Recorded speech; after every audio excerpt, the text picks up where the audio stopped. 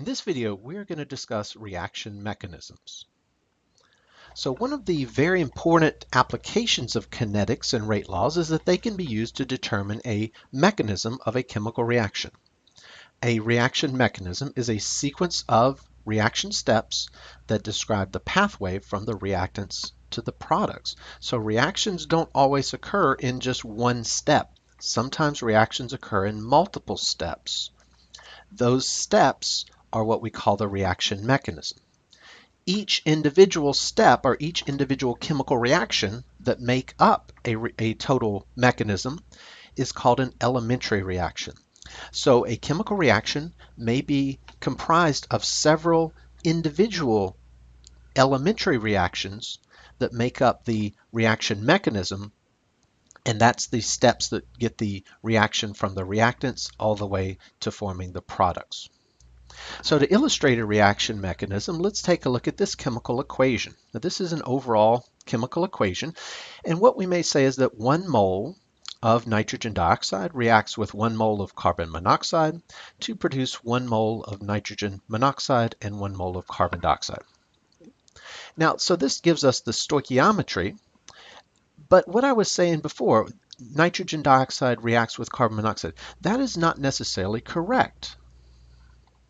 The overall chemical reaction, which we have here, shows us what the reactants are. It shows us what the products are. So it shows us what chemicals we have to start with and what chemicals we have to end with.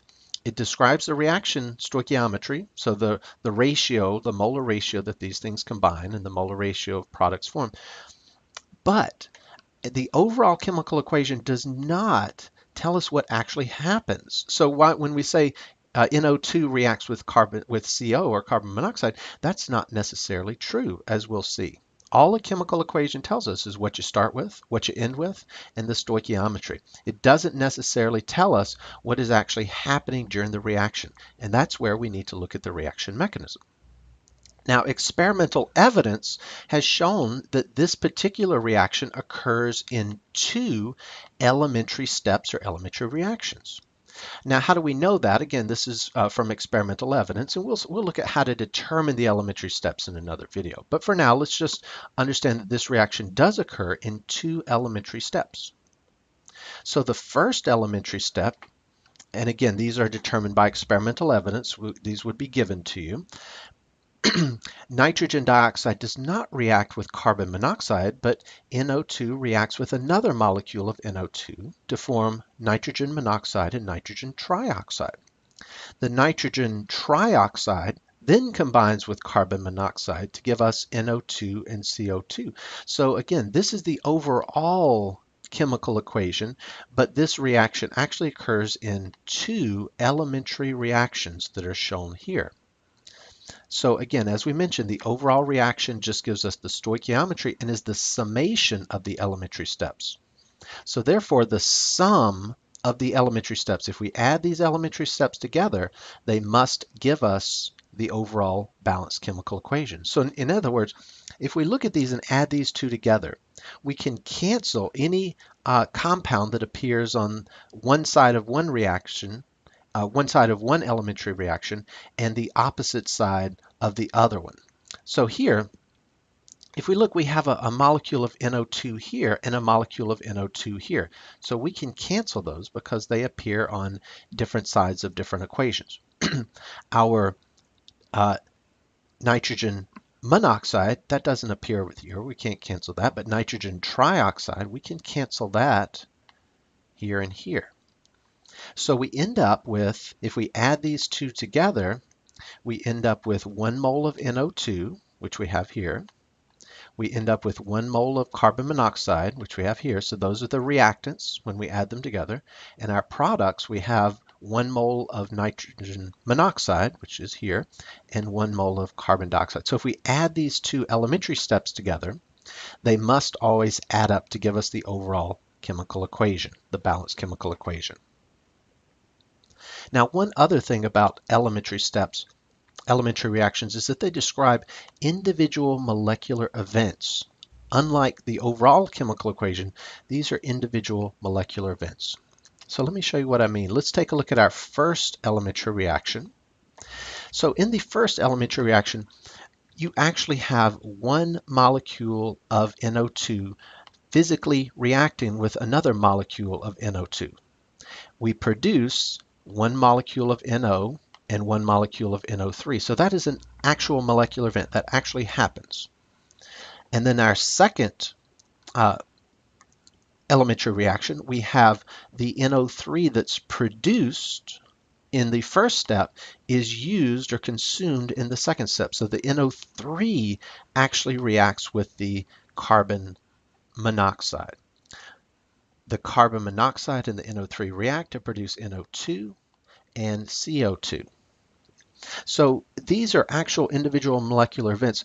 Notice here that it's not the NO2 that's reacting with the carbon monoxide, it's NO3. So if we look back at our overall chemical equation, the overall reaction tells us NO2 plus CO, but the NO2 does not actually react with carbon monoxide. So again, the overall reaction does not give us, it does not represent an individual molecular event. Elementary steps are actual chemical reactions that actually occur. This is just the sum of those. Okay, so that's a very important concept to appreciate. Now, one other bit of terminology, we want to be able to define something called a reactive intermediate. A reactive intermediate is a chemical compound that's formed in one step, one elementary reaction, and consumed in a subsequent or later elementary reaction. So in our elementary steps, NO3 is produced in one elementary reaction and it's consumed, so it's a product over here and a reactant in the other. And so reactive intermediates are something that's, they don't appear in the overall reaction, but they are formed and consumed in the elementary steps. So again, the overall reaction does not contain any reactive intermediates. Now, one final bit of terminology is something called the molecularity. When we're looking at elementary reactions, we classify them based on how many reactants each elementary reaction has. So simply put, if we look at this elementary reaction here, we have O3, ozone. That's the only reactant in this elementary step. So this reaction has only one reactant, so we say it's a unimolecular reaction. The second one here, this is an elementary step that has two reactants. And so we would call it bimolecular since we have two reactants. And as you can see here, we have three reactants in this elementary step, so this would be termolecular. So we can classify elementary steps based on how many reactants they have. One reactant, unimolecular, two bimolecular, three is termolecular. This term molecularity, though, only applies to elementary reactions. We don't use that term when we're describing overall chemical reactants, or excuse me, overall balanced chemical equations. So take a minute, pause the video, read this question, and answer these A, B, C, and D related to this question. Pause the video and give it a try.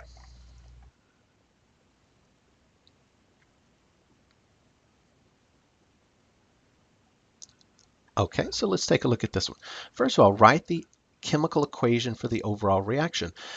Well, to do this, we want to look and see if anything cancels out. We want to add these two elementary reactions together. Okay. So here, I produce atomic oxygen and I consume it over here. So that would be a reactive or reaction intermediate. So that answers part B. What is a reaction intermediate would be atomic oxygen. Nothing else cancels, so we add everything else together. So we should have 2 moles of N2O yields 2 moles of nitrogen plus 1 mole of O2. So our overall reaction, when we add them together, should look like this. Okay. Our reactive intermediate would be at the oxygen atom, and the first elementary reaction is unimolecular, since we have just one reactant. The second one, of course, would be bimolecular. And then the molecularity of the overall reaction, well, that's kind of a trick question. That's inappropriate because we do not use molecularity when we're describing overall reactions, just elementary reactions.